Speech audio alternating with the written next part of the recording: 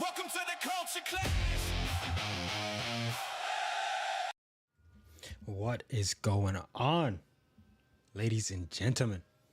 Welcome to another episode of the Culture Clash. And today, we're going to be talking about some immigration. Why can I hear that? Oh, now I know why.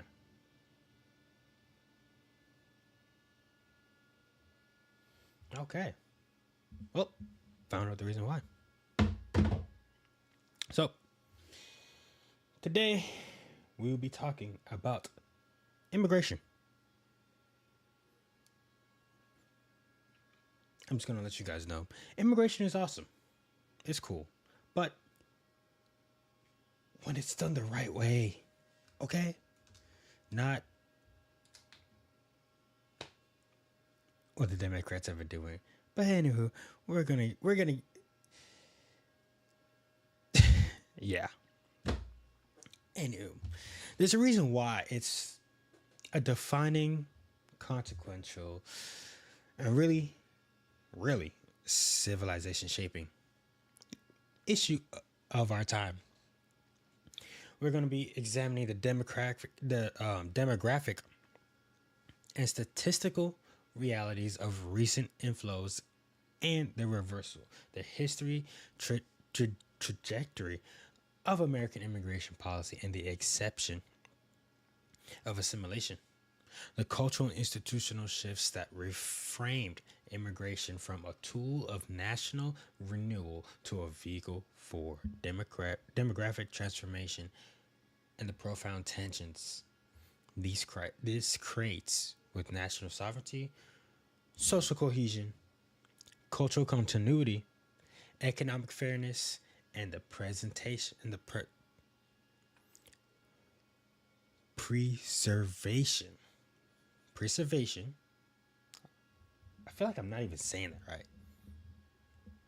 Let me know down in the comments. I'm probably not. Oh well. Anyway, we're going to preserve the American identity forged through the melting pot. So we proceed without evasion, without ideological slogans, and without alliance to any faction. But I'm gonna let you guys know, for me personally, let it be done the right way. If it's done the right way, it's great. If you're coming illegally, you gotta get deported. Don't matter if you're a net positive or a net negative. Most definitely if you're a net negative, those guys gotta go first. Then we go out to the net positives, because American people should come first. I mean, I don't think that's to be talked about. But yeah, possibly. But we're not going to get into that. Not taking sides here. We're only going to give you with history, empirical data, ethical analysis, and a clear-eyed assessment of the long-term implications for the United States in 2026 and beyond. What is going on? Anywho. So, let's begin with the historical trajectory. For much of American history, immigration was welcomed as a means to populate a vast continent and strengthen the republic, but always under the exception of assimilation into a distinct Anglo-Protestant English-speaking culture grounded in individual liberty, rule of law, and civic responsibility. The Naturalization Act of 1970 limited citizenship to free white persons of good character. The great waves of the 19th and early 20th century, primarily European, faced periods of restriction, including the Chinese Exclusion Act of 1882 and the national origins quotas of the 1924 Immigration Act. These policies reflected a deliberate national judgment. Immigration must serve the interests of the existing citizenry and reinforce, rather than dilute, the nation's foundational character.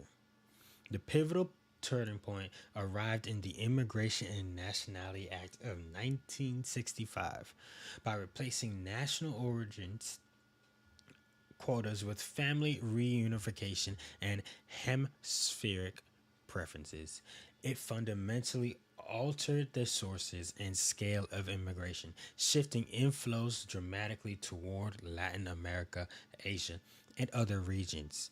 Subsequent policies, including amnesties, expansive asylum interpretations, and weakened interior enforcement, accelerated all of these changes. By the early 21st century, large scale immigration, both legal, which is good if it when it's done the right way, and illegal, the wrong way. I mean, obviously, I probably don't have to point this out to you guys.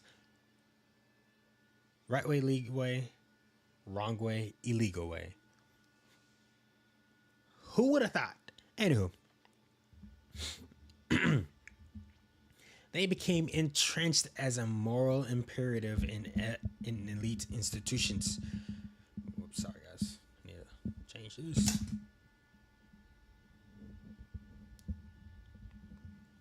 By the early 21st century, large-scale immigration, both illegal and illegal, became entrenched as a moral imperative in elite institutions framed as essential to economic growth. Is it really? I don't know. But this included diversity. Yes, diversity. And global humanitarianism. Now, do we really need it? I say no. That's just my thing, what I think about it. But who knows? Let me know down in the comments what you guys are thinking about it so far. But there have been dissenting voices raising concerns about wage competition, fiscal costs, cultural fragmentation, or assimilation at capacity were often sidelined as natives or intolerant.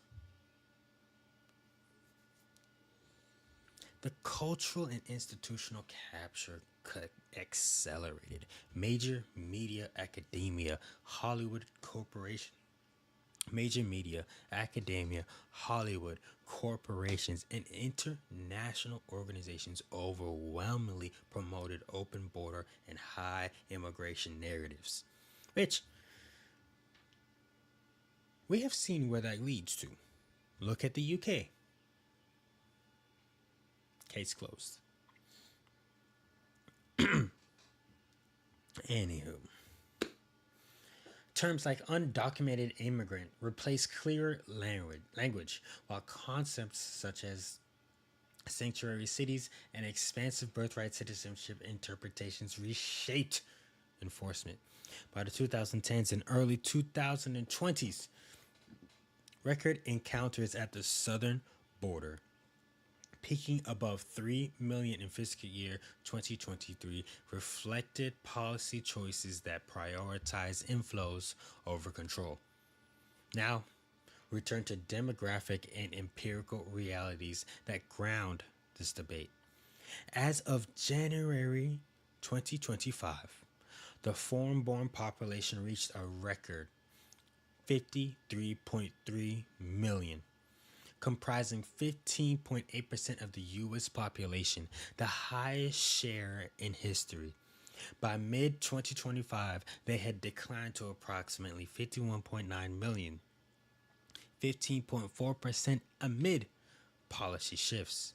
Net international migration turned sharply negative, or near zero, in 2025 for the first time in decades, with estimates ranging from negative 295,000 to negative 10,000, driven by heightened enforcement, deportations, and self-deportations. I'm just saying, you know, Southwest border enforcers fell dramatically from around 692,000 in fiscal year 2025, with monthly figures reaching historic lows under 7,000 by late 2025, and now almost zero. If you think about it, almost 700,000 crossings each year, down to what, 7%? I think that's a big win for us, for the United States, for the American people. I know I said I wasn't going to take sides, but look, it is what it is, okay? Historically, mass migration has not been good for anybody. Look at the Romans when they decided to bring uh, people in, other than the Romans, when they conquered people, and then the national. Why this word blanking right now? Anywho, yeah. But for more recent data, look at UK. Look at the UK today. This is, as of today, June 11th, 2026. I'll be talking about this tomorrow in Chaos this week. But you have last week, was it the week before? I think it was the week before, if I'm remembering correctly. But you had Henry Novak killed by a Sadiq with a ceremonial knife, a blade that's 8 inches, just the blinch. Now we're talking about the hilt, just the blade itself, 8 inches. Something that is banned in the UK, and he's able to carry it around because it's ceremonial, a religious thing. And he used it, which it, according to their religion, it should not be unsheathed whatsoever. And yet, he unsheathed it and stabbed Novak. And police arrested Novak, saying, calling him a racist. Now you have riots all over Europe, the UK, whatever, all over Europe, really, out for Novak. Protests, peaceful protests, well, at least the ones I have seen so far. But you come to this week in Belfast, however you say it. Now you come to what happened there. A migrant comes and tries to saw off the head of a regular European, a native European, a Belfastian, you should say. He tried to saw off his head. He was here on why does it escape my head? Asylum, that's the word. Here on asylum, and he goes and tries to saw off somebody's head off. I'll speak a little bit more about that tomorrow in Chaos this week. But think about it. What?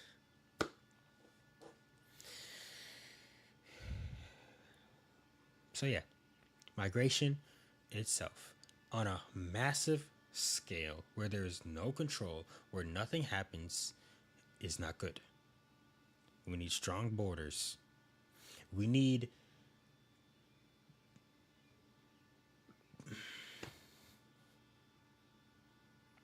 yeah, really, we need strong borders. Not honestly, not just strong. We need strong, protected borders so that what happened in the UK does not happen here in America. We need more control. We need, and I'm not advertising for more government control. No, I want limited. government. But when it comes to national security, I need their presence there and to let people know coming into this country, hey, you got to do this the right way or you're getting kicked out and you're not coming back. Now, these shifts followed strengthened border measures and interior enforcement in 2025. Studies document varied outcomes. Immigrants contribute to innovation and entrepreneurship in many cases, yet rapid, large scale, low skilled inflows have correlated with wage suppression for working class natives. Elevated fiscal burdens on states and local governments, strained on housing and infrastructure, and challenges to social trust in high diversity settings. Assimilation metrics: English proficiency, intermarriage, educational attainment, and cultural adaption. So success in some groups and persistent gaps in others. Somalia. Particularly when inflows outpace integration capacity or when multiculturalism discourages full Americanization. Look, if you're going to come to this country, assimilate into the country, adopt our culture, or get the freak out and don't come back. Sorry, not sorry. I don't care. You're going to come to this country. You are going to follow our rules. Denounce the country of your origin. If you want to move here and live here, denounce the country of origin, which honestly is something you have to do before you become a naturalized citizen. But denounce, and I mean denounce, your country of origin. Come here to America. Swear loyalty upon America. And then act like it. Adopt our culture. Abandon your old culture. Well, I'm not going to say abandon it. You can kind of integrate it. But remember, this is America. When you go out in public, sure, you could have, groups together that are mostly come from one place. You guys know each other. But if you're out in the real world interacting with other Americans, always remember, you're in America, not from the country you're coming from.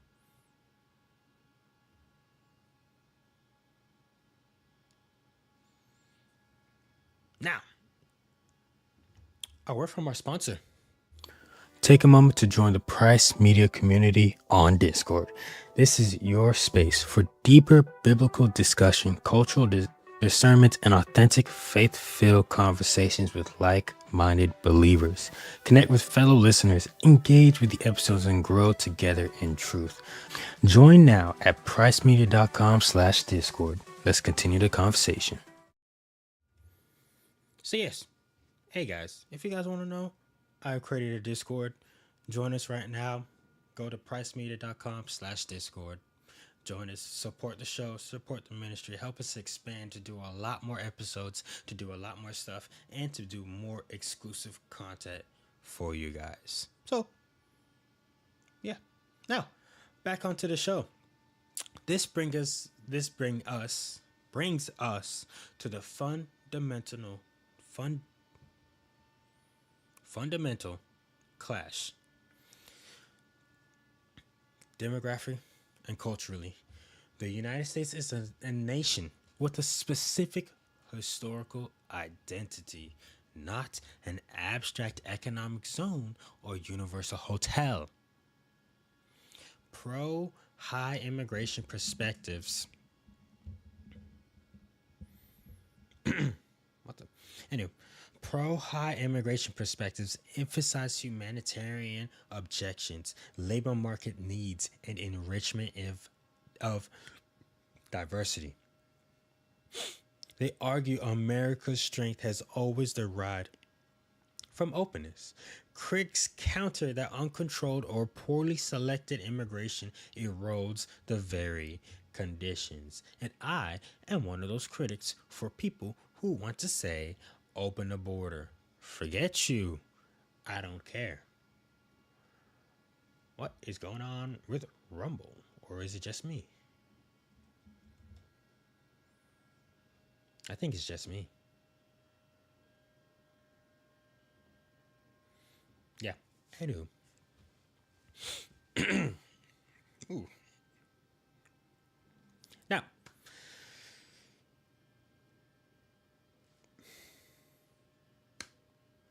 we counter that uncontrolled or poorly selected immigration erodes the very conditions. Shared language, values, trust, and institutions. We've already seen it. Woke, I will say, is not dead. Okay? They lost. They got defeated soundly. But they're not dead. They're just reorganizing, trying to come up with a new strategy. How can they get kids to be trans? How can they create more rioting, more peaceful protests? Look, woke is not dead. Okay, we have look conservatives. We won the battle. Like I said, we won the battle. The war is not over. It might be over now, okay? But it might be like a peace treaty, a ceasefire, so to speak. But there's still embers of woke. What was a blazing flame has now just been turned to like a little ember or a spark. A spark that can reignite that flame. So we have to not put our guards down. Continue to talk about this. Continue to show, like, hey, it's not over.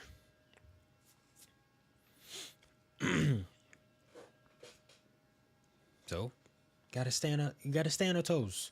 Okay, we can't get out of uniform just yet. Okay, not yet. We can't get out of uniform. You gotta keep it on. You gotta keep the battle going. We gotta keep speaking about it because it is. Look, I've already seen it. It is trying to come back. Okay, it is trying to come back. You could say that a lot of the Gen Z, a lot of the younger generation, has really been pushing back on it, especially my generation. But right now, the battle still needs to be fought. There's still evils out there that the good still needs to fight and vanquish. And now is still the time to continue talking about it. Evidence from certain European experiences with rapid non-Western immigration underscores risk of fragmented identities and heightened tensions. The philosophical and ethical dimensions run deep. The sovereign right of all people to define their nation's membership, secure its border, and preserve its cultural inheritance is a foundational principle for self-determination.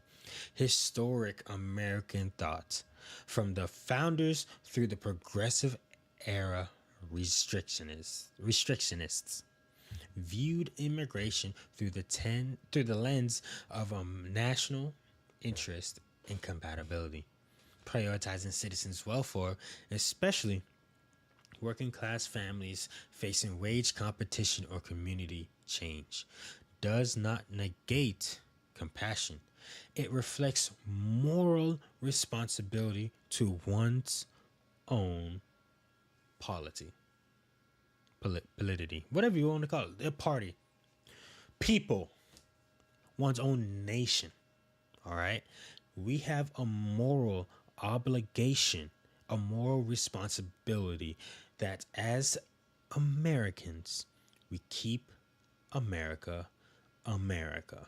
And no, this country was not built on immigration, it was built by settlers. They came here to develop the land. Immigrants come to a land that's already developed to settle here. Settlers come to an undeveloped land and develop it. Develop it.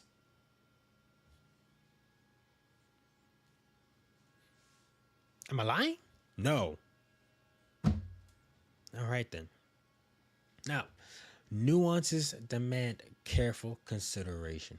Legal, skilled immigration aligned with national needs can strengthen the republic. Humanitarian cases such as genuine refugees for those fleeing persecution warrant measured responses. Yet, data indicate the majority of recent ooh, pressures stemmed from economic migration, chain migration, and the asylum system exploration rather than acute life-threatening crises. Border patterns reveal fiscal net costs for lower skilled cohorts, public safety challenges in select cases, and demographic shifts, accelerating aging society's transformation without corresponding integration. We have to be diligent. We're seeing it in the UK right now. Let's not repeat the same mistakes here in the United States. We are the best.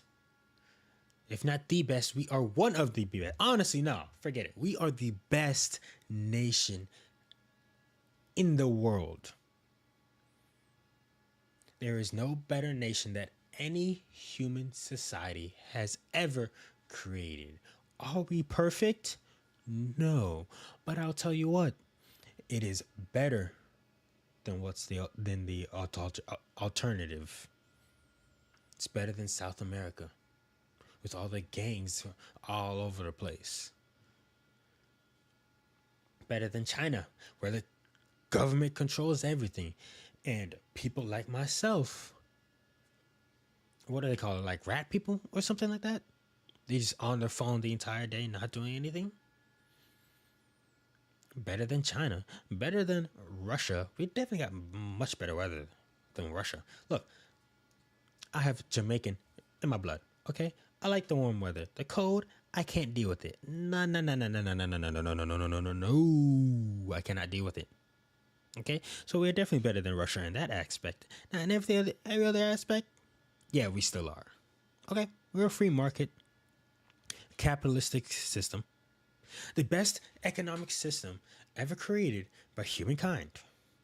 So far, I'm not going to say that there might be a better economic system down the road in the future, but right now, capitalism is the best economic system that we have, and I made a video about it. Go check it out. But back to immigration. Now, the cultural messaging has profoundly shaped perception. What is being talked out there? Woke is trying to say we are a nation of immigrants. No, we are not. But they keep saying it no matter how many facts we tell them. It's not. Immigration is frequently cast as a unqualified good, with concerns minimized or moralized away. Institutional incentives, cheap labor for business, demographic replacement policies for some activists, and globalist ideologies often overshadow impacts on social fabric. Border implications extend to every domain. Demographically, high immigration became the private driver of U.S. population growth, intersecting with native fertility below replacement. Economically, while aggregate GDP may rise, per capita gains and distributional effects matter. Recent enforcement reductions have eased certain pressures politically and culturally. So, yes, deportations work. The issue exposes divides over whether America is a positional idea open to all or distinct people with a heritage to steward. The 2025 policy reversals, dramatic drops in encounters, and negative net migration demonstrate that sovereignty can be reasserted. Trump has shown us 100%. Trump has showed us the very first in American history a negative net migration. Negative, as in people are not coming in as fast as we're taking them out. But yeah, people aren't coming in as fast as we take them out. So yeah, I say it's doing great. Let's continue to see what happens, and we'll get back to it after this promo. Introducing Price Shorts, the sharpest insights and most engaging moments from the Price podcast and Boy Basic, now in the palm of your hand. Thought-provoking commentary. Even in a fatherless era, faithful fatherhood conforms us to Jesus and builds his kingdom across generations. Practical advice for the individual man. Embrace Colossians 3:23 and Ephesians 5 headship. Entertaining highlights.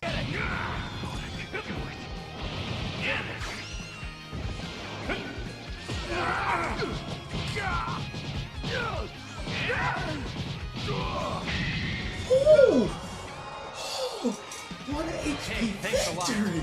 All in seconds. Price Shorts, your daily dose of premium content from Price Media Group LLC. Subscribe now and never miss the best bites. Welcome back. Go to Price Shorts on Rumble. Is it on Rumble? It is. Sorry, my bad. Rumble and YouTube Price Shorts, or go to pricemedia.com and you'll find all of our channels across everything on our channels page. So pricemedia.com, PRYCE media.com. Now, looking forward into 2026 and the coming decade, pathways must prioritize national interest, enforce borders rigorously, reform legal immigration towards skills, merit, and assimilation potential, reduce chain migration and asylum abuse while maintaining targeted humanitarian avenues. Now, we don't abandon immigration completely, but we need hard control. And I mean hard control. If you're with me, let me know down in the comments. Let me know. Invest in English instruction, civic education, and expectations of Americanization. Support working Americans through wage protections and community stability. Cultural renewal requires reforming the melting pot over multiculturalism that fragments. The immigration debate tests a society's commitment to truth, prejudice, and self-preservation. It enforces confrontation with whether open-ended inflows, ideological universalism, or short-term economic interest can justify altering a nation's demographic and cultural core without the consent of its people. And I'll let you know, most countries aren't going to let that go. The path forward demands intellectual honesty, moral clarity, policy courage, and renewed fidelity to the American experiment. Thank you for engaging. Thank you for engaging with this deep examination. Share this episode if it challenged or clarified your thinking. Support independent discourse that refuses to evade difficult realities by heading to pricemedia.com/donate. Anything you do helps to expand the work that we are trying to do and the ministry we're trying to continue to grow. Everything you guys can support with. You could also like the video and subscribe if you guys are new. Those are great ways to help support what we do. But until next time, may we pursue truth with both conviction and clarity. Keep seeking the kingdom first. God bless. This has been the Price Podcast on the Culture Clash. I'll see you in the next one. Peace.